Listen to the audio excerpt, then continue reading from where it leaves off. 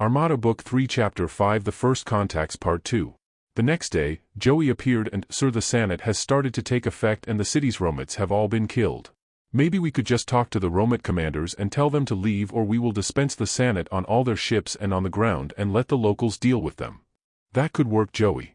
Olive, tell the guys to come follow me over to Joey's ship through the hops.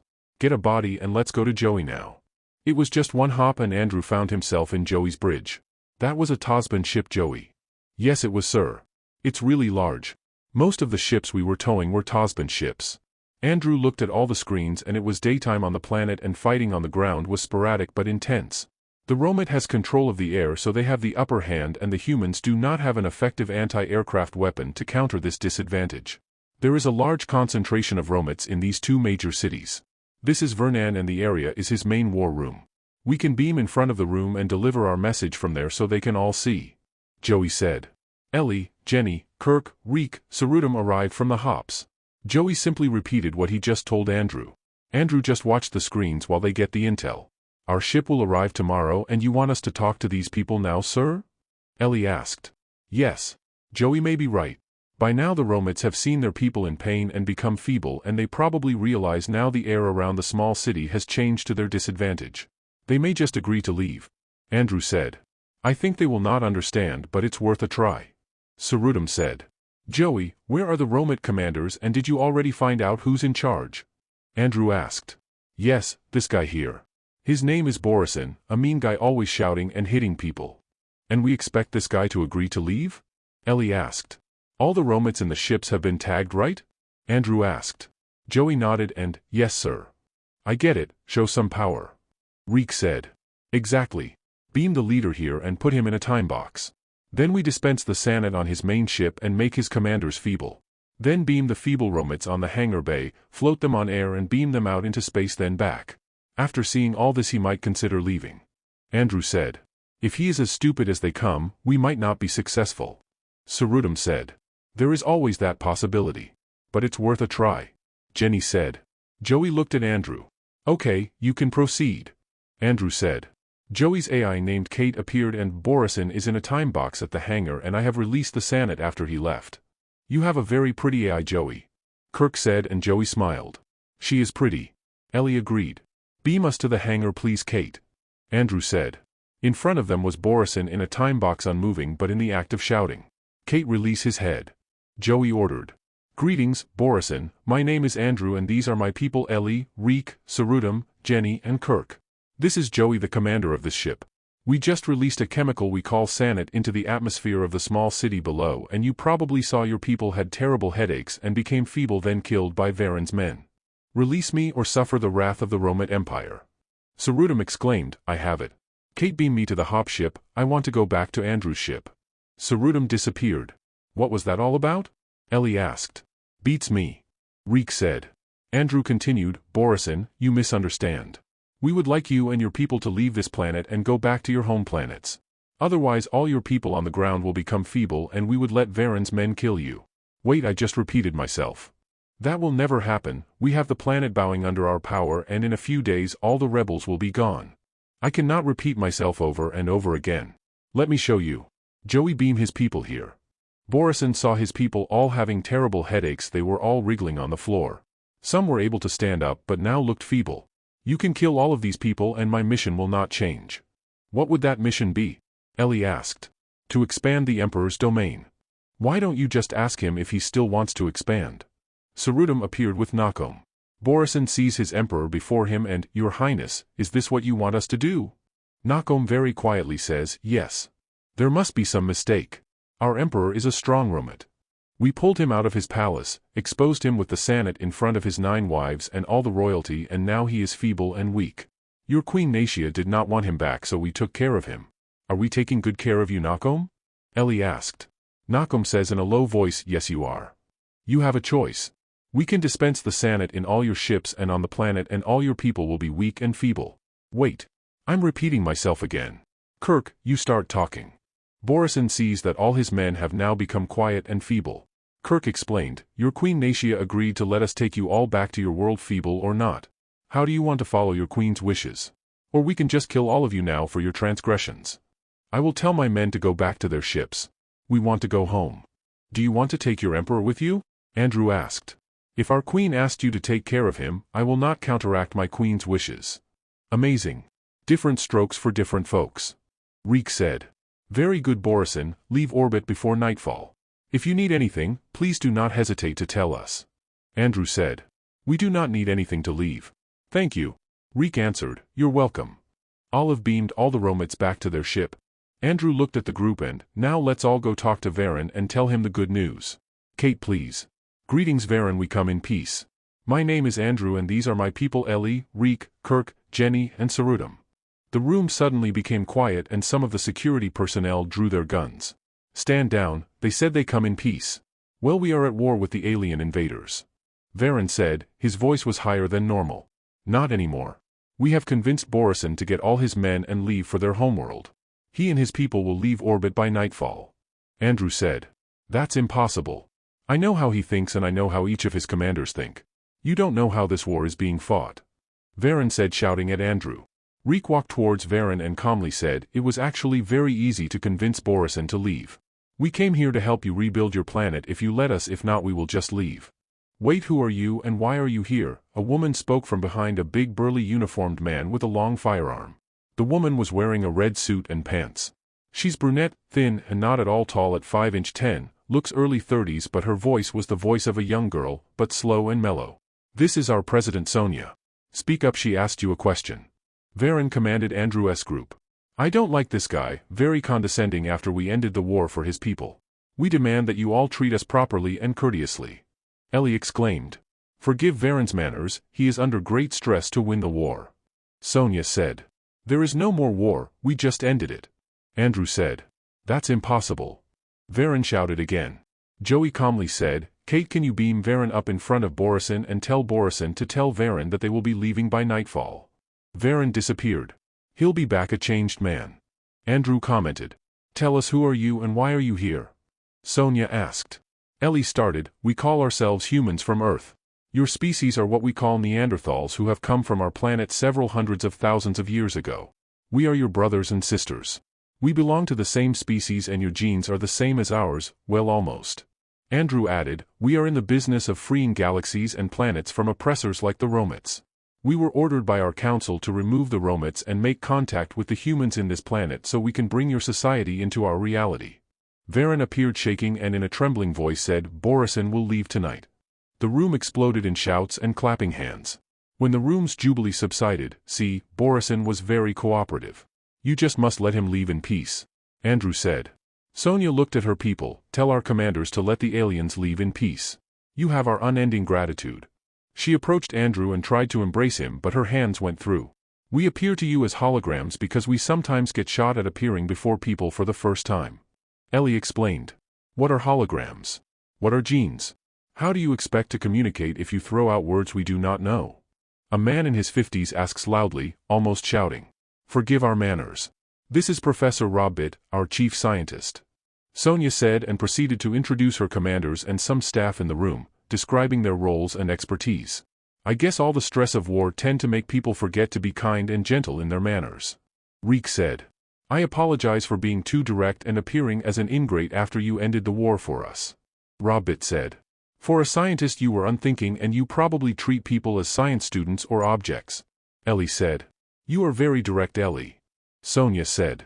Andrew added, in all our experiences, we have never encountered people as condescending and ungrateful as your people after we have removed your enemies from your planet. Why don't we invite you for dinner at our ship so you can meet more of our people? Maybe we can establish some good relations with your planet. Bring only the courteous and civilized ones. No Varens or Robbits, please. They will surely leave a bad taste in the food. Ellie said. Sonia looked at the two and sighed. We will see your group here after a few hours. Andrew and his group disappeared. I guess some species must have their ways that may appear condescending and discourteous to us. Sarudam said. But these guys are unique. Jenny countered. Joey pointed to one hollow, look at how Sonia scolds the two. On the hollow they could see Sonia shouting at the two and telling them that they were discourteous, ungrateful and inhospitable to long-lost brothers and sisters. I will not let any of you go on like this. I have mentioned this several times in the past to you and now you do this to our visitors who happen to have saved our people from the monsters. Robbit, they are not your science students, put this in your head. They are an advanced civilization who traveled the galaxies to help us, and they hear you talk to them like that. You have shamed our people. I would have shot you myself. They will think all our people are as ungrateful and discourteous as you.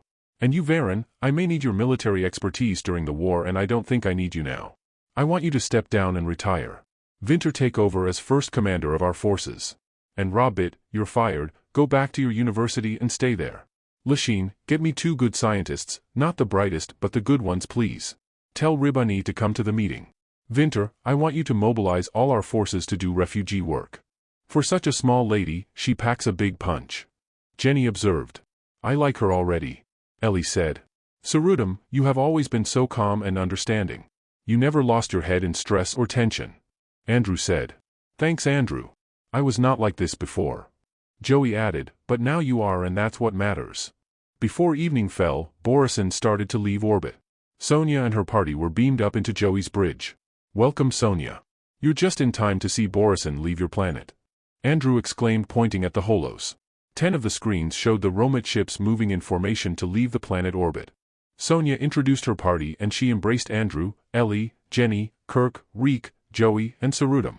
After a few minutes, Reek says, anyone for dinner? Wait, I want to watch some more. Sonia said. They waited a few minutes and Sonia can see the ships moving outward at a slow pace. Let's go eat, she said finally. Joey gestured, right this way, Madam President. Joey prepared a long table by the floor-to-ceiling window showing the planet below. The Armada usually moved their ships nearer for the benefit of their guests who may want to see their planet.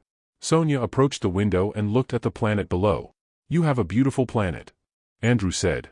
Sonia answered without removing her gaze at her planet, yes, she is a pretty sight. And it's my first time in space, first time to see her from space. She looked away from the planet and turned around to face Andrew, smiling. Let's eat. Joey directed her to sit at the middle of the left side of the table and Andrew and his group sat across the table. Sonia sat with Vinter on her left and Lasheen and Ribani on her right. What are we having, Andrew? Sonia said. Kate, the ice cream please, Joey said. Several ice cream containers and cups appeared on the table. Ellie opened one and started to put the ice cream on a cup. Jenny and Reek opened the containers in front of them and put them in cups. Ellie gave the ice cream to Sonia and filled one cup for herself. Ellie showed the spoon, got some ice cream and put it in her mouth and ate it.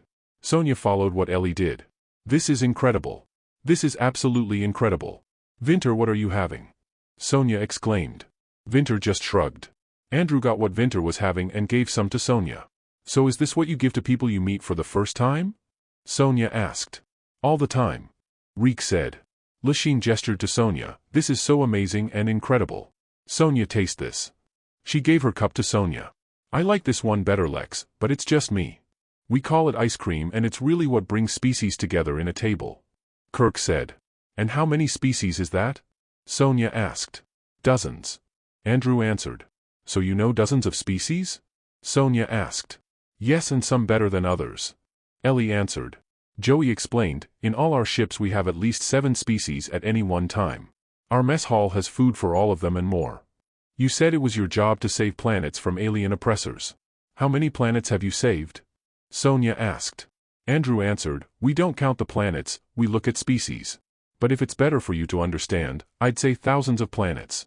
But you have to understand, freeing a planet like yours is easy, dealing with the oppressors is another thing. Several days ago we were at the Romit galaxies where they occupy 282 planets and we convinced them to stop these things they were doing since enslaving and eating humans or other species is a bad thing. They agreed and we told them we would have to make sure all the Romits that are occupying planets return and not leave their galaxies again without our permission. And they agreed? Ribani asked. Reek nodded, yes, Queen Natia was very accommodating. We were there only for 2 days and she was very smart to understand the situation and agreed. So we left to free one human planet 2 days from here and sent Joey to assess your planet several days back. Joey recommended a course of action and we followed his recommendation. You make it sound so simple. Lasheen commented. It's not, but we look at things lightly. Ellie said. The aliens did not see you coming. They did not see you at all. How many ships and armies do you have? Vinter asked. Our ships are cloaked, invisible to almost all sensors. As for armies, I don't know, we've never counted. Sarudam said. I have 5 ships in space and their ships will arrive tomorrow morning, maybe less than 100. Joey explained. Andrew added, the humans compose the smallest part of the armies at say 1 million. Cerudum's is the largest with what 200 million maybe 40 million are assigned to the Armada. Actually 280 million after the Tosbans. And those in our Armada are all volunteers. Cerudum corrected. Our population is only 165 million. So Cerudum, you are not human, but you look like one? Sonia asked. He turned off his chameleon device and he appeared in his uniform, then he turned it back on and became a human male again. Sonia and her group was shocked but did not show it. As I said, we have at least 7 species in our ships all the time. Joey said. Those are very large numbers. And how many ships do you have? Vinter asked. Thousands. We don't need ships to travel around. Ships are not too important to us. We got more than 20,000 ships from the Romit because we told them they cannot go out of their galaxies unless we say so. We sent the empty ships down to a planet and destroyed them since they are of no use to us. Andrew said. Let's eat at your mess hall with your people. Sonia suggested. Are you sure this is what you want, Sonia? Andrew asked. Yes, and why not? I eat with my people and I suppose you eat with yours. Sonia answered. Joey stood and gestured, this way please. They all stood and walked to the mess hall. Along the way Sonia and her group passed by Norsets, Inkis, Max, Bofengs, Marantais, Talonauts, Dugnogs and some Lonins. When they reached the mess hall, they found it completely normal. Noisy, some were shouting for food and people busy eating. The line was not long and they got their food in no time at all. They sat in one open table almost at the edge of the hall. You have one of the monsters behind the counter. Vinter said. That's the Romit Emperor Nakom. He caused all these expansionary wars. We're taking care of him since his wife does not want him anymore. Ellie explained. Lachine laughed. If I don't like my husband, can you take care of him? You look so young to be married. Jenny said. She's not. Sonia said. Andrew added, if ever, yes, we can do that for you. The aliens here behave so much like they were all at home. Ribani said. Joey explained, this ship is their home. They are my brothers and sisters. We fight together and work together to make the galaxies a better place. You look at aliens as your brothers and sisters? Sonia asked. It is what we are. We do argue a lot and our people sometimes fight, but at the end of the day, we are still one family going after the bad guys. Andrew said. We don't want to bore you with our personalities. Tell us, how long have you been fighting the Romits? Jenny asked. 40 years. Vinter answered. There used to be 3 countries, then 2. Then when we merged our armies we decided to have only 1 country. That was 20 years ago, and 5 years ago I was elected by the council to be president. Sonia explained. Let's talk about rebuilding your planet. We would like to help you if you let us. Ellie said. Why wouldn't we let you? Sonia asked. We would always, but we have to ask permission first. You know protocol. Andrew said. You are all so civil and courteous. I guess the war has made us forget our courtesies. Our people are really very hospitable and kind, but we went through hell. Some of our people still could not believe the aliens are moving out. Sonia had to see for herself to convince her mind that it is really happening. Lachine said. And you all kept quiet and let me be. I appreciate that very much. Sonia said. We try to be understanding of the needs of our guests. Andrew said. So are you letting us? Of course, Ellie. This meat is so soft. I have not had any meat since I was a kid. Sonia said. You should try this. Cerudum said and got a large chunk and flopped it on Sonia's plate. Jenny looked at Cerudum. What? Cerudum asked her. Nothing. Jenny sighed. Sonia cut it up and said, absolutely fantastic, Cerudum. Your choice is the best. Do you have anything to drink? Vinter asked. Oh, please forgive my manners, Kate, some wine and water please. Joey exclaimed. A bottle of wine appeared, then 4 more across the table, then 4 bottles of water and 2 bottles of brandy. Then glasses appeared. Kate appeared and got a bottle and opened it. She poured one for Vinter, then another one she gave to Joey, who gave it to Sonia. She kept pouring and continued until the bottle was empty. She then opened another one and made sure all of them had wine. This wine is fantastic. I have not had any wine since I can remember. Vinter said. You should try the brandy.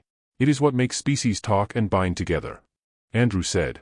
Kate opened the brandy and poured Vinter a large one. This is incredible. This will definitely bind species together. Vinter said and downed his wine empty so he can start drinking the brandy. So this food was made from your planet, Andrew? Ribani asked. No. That meat probably came from the Bofengs in a planet maybe 14 BLY away. The Bofengs cornered the beef market across the galaxies thanks to Ellie's school friends. Andrew said. So your main problem would be food and energy. Ellie said. Sonia nodded, exactly. Our distribution lines are damaged. Our solar energy generators are all gone. Food is really scarce. Energy even more. But food is first priority. Kate, what else do they eat beside meat? Ellie asked. Kate appeared beside Ellie. They grow this crop which is similar to corn and they eat this with anything. They process this crop into all sorts of food types. They eat a lot of birds that look like ostriches and also eat fish from their oceans. I am sure medical needs are also high, Jenny said. Lachine nodded. Yes, our mother died because of lack of medical care. Sonia is your sister? Reek asked. Older sister and the only family I have. 2 medical ships will arrive tomorrow and would start medical missions. As for food, some of our ships can get all the fish you need. We can also give you all the meat you need. Our only problem is storage. Do you have refrigerated storage warehouses? Ellie asked. I think we do. But you're talking about 165 million people. Sonia said. Kate explained, I have identified the storage areas but we would need power. We have 500 fired-on generators and we can hook one up to one of their seaports where the storage are located. Do you want me to fill the storage with fish from their seas, Joey? Joey nodded, yes, and tell the ships to do so as well. Your ships will be moving to the sea then? Sonia asked. No, we can fish from here. Ellie said. You will find the fish and meat in your storage areas early morning. Andrew said. Ellie started, we would like to give you a technology for generating clean energy and all sorts of technologies, but I would need to teach some of your scientists these technologies. Give me 1,000 of your top scientists and I will train them on food production and energy, communications and transportation. My ships will arrive tomorrow and my people can start processing the scientists tomorrow. You work very fast. It seems you've done this in the past. Sonia commented. We do have experience in these sorts of things. And you are only one planet and one species, so it's not hard at all. Andrew said. We can also distribute the items in storage, but your people must be able to cook them first.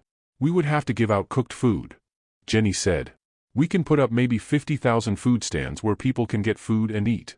Sarudam said. Sonia, you have not finished your meat? Andrew asked. I feel I should not be eating too much when the rest of my people are hungry. Let me get that then. Sarudam said and hunched over and got Sonia's meat. Jenny looked at him and said, What are you doing? Sarudam just shrugged and, let's not waste food. Didn't your mother tell you to always clean your plate, Jenny? Yes, but. Sarudam continued, the food stands will be up and running tomorrow. Maybe then you can eat better. You are very kind, Sarudam. Sonia said. Andrew started, Sonia, before we made contact we sent out a chemical called Sanat to your city and all your underground bunkers. Sonia nodded. Yes, and some of us changed to people we were before, but only for those older than 40 years. I did not change because I was born after the war started. That figures. We will be dispensing the Sanat to bring your people back to who they were before. Ellie said. Sonia countered, you don't have to. More than half of the population was born after the war started. Now our planet has united and bringing back memories of disunity is not welcome at a time when we should be uniting even more to rebuild our society. As you wish, Madam President. Joey said. Call me Sonia. I would be honored if you treat me as one of your sisters in your ship. Joey continued, some of our people will be working in the night connecting some of our generators to your power grids. Kate appeared beside Joey. Yes, we have already connected our generators in all your city grids but not all are working. The humans have to fix the disconnection themselves. We have identified 50,000 locations and we are building the equipment to dispense the food items. The ship cook has decided on a package of fish and meat and corn per pack. Andrew's ships have started to help in the creation of the food packages. We can start giving them out to the whole population tomorrow. Andrew nodded, very good, Joey. Kate continued, we have identified several thousand people who need immediate medical attention. Some of them may die tonight if we do not help them. Would you permit us to treat these people, Sonia? Yes, immediately please. Sonia said. Kate is really pretty and she's very smart. Lachine commented. She's Joey's ship. Ellie said. All our ships have a person like Kate. Kate makes things happen. Kirk explained. She looks so real. Lachine said. Sonia, there is also something which is a natural consequence of what we do. Reek said and looked at Ellie. Yes, you might think it's impossible, but one of the consequences you have no power to control is age. Ellie, it's impossible not to age. You don't have to get permission from me for that. Sonia said. Humor and humility. Andrew commented softly. Excuse me, Andrew, you said something? Sonia asked.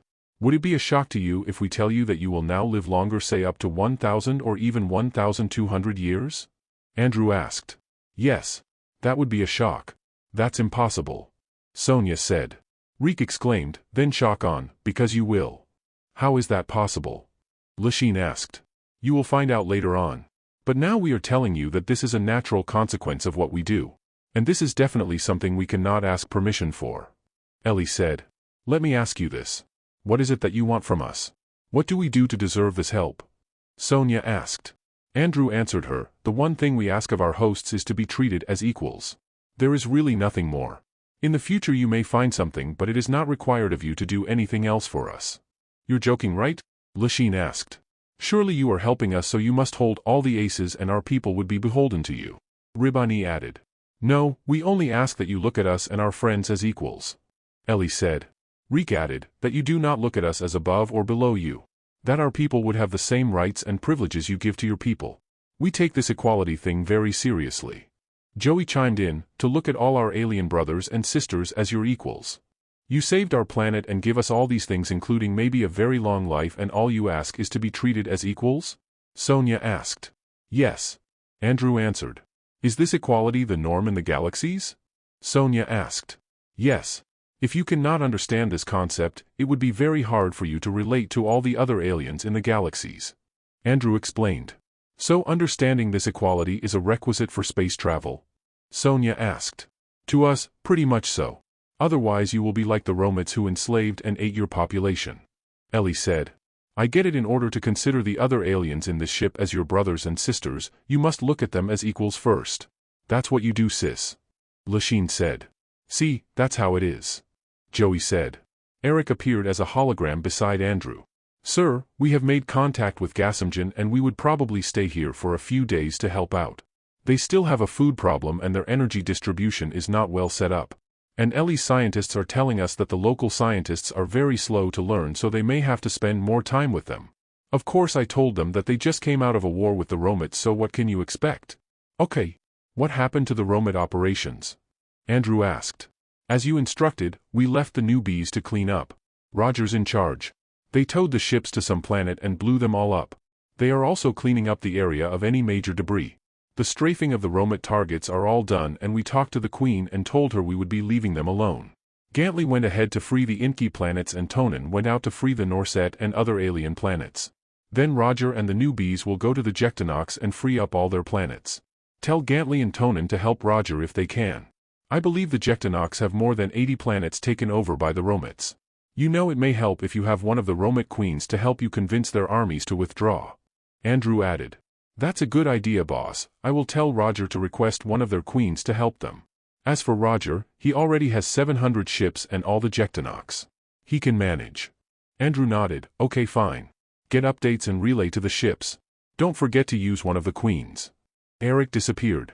You seem to avoid a shooting war and resort primarily on negotiation. Vinter observed. If we can avoid killing or maiming the enemy, we would. Everybody has the right to live. Nobody has the right to enslave or oppress any species. Sarudam said. So you have many more planets to free? Sonia asked. Yes, but we will stay until we need to leave for the next 2 planets. Andrew said.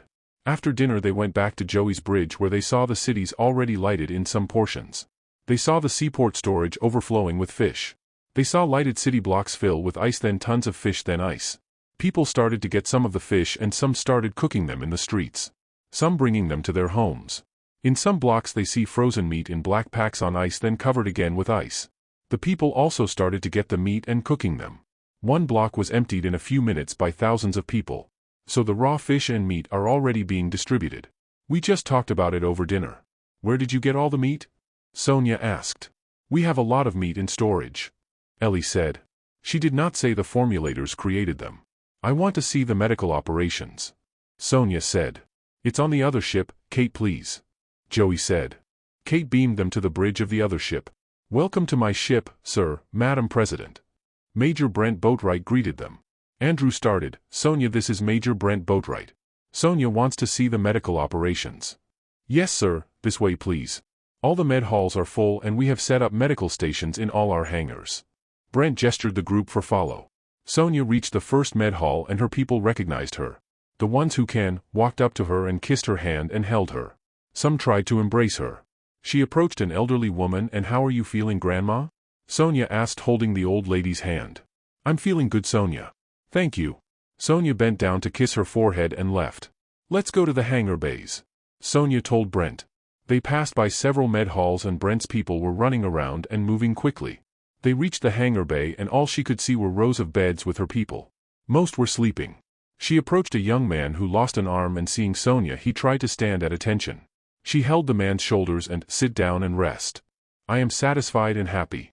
Thank you, Brent, Sonia said. Always at your service, ma'am, Brent said. If you don't mind, Sonia, I would like to talk to my commanders to make sure nobody gets hurt with all this food, Vinter said. Gina, please transport Vinter to their headquarters, Brent said, and Vinter disappeared. I really would like to leave now. Ribani and I need to give instructions to the city governors and administrators, Sonia said. You can do it from here.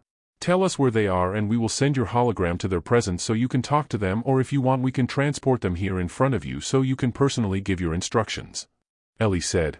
That would be better because these people are all over the planet, Lachine said. So we will leave you alone to do your work, Andrew said. Brent added, I can provide you a private place to work and Gina will be available to give you anything you need. Sonia nodded. Thank you, Andrew. Andrew and his group beamed out, leaving Sonia, Lachine and Ribani with Brent and Gina. The next day, Andrew walked into his bridge. Ellie beamed in.